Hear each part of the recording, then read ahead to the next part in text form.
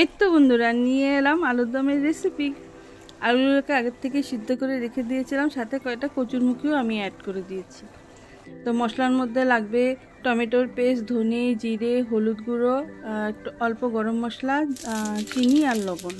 তারপর তেলে দিয়ে দিব পাঁচফোড়ন, গোটা এলাচ, তেজপাতা, শুকনো লঙ্কা দিয়ে এরপরে অল্প হিংও দিয়ে দিব। হিংটা দিলে রান্নার টেস্ট খুব সুন্দর হয়, গন্ধটাও খুব ভালো হয়। আর নিরামিষ তো, নিরামিষে হিংটা খুব যায়।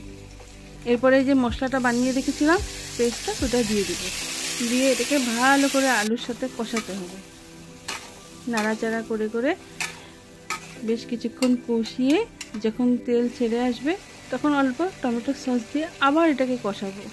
কষানো হয়ে গেলে এরপরে দিয়ে দিব পরিমাণ মতো জল। আমার কর্তামশাই আবার আলুর দমের পাগল, অনেক দিন ধরে বলছিল আলুর দম বানাও, আলুর দম বানাও। আমি আর সময় করে উঠতে পারছিলাম না, তো আলুর দম ওনাকে করে খাওয়ালাম। তো এরপর যখন ঝোলটা ফুটে উঠবে তখন অল্প ঘি গরম মশলা দিয়ে নামিয়ে নিলে রেডি।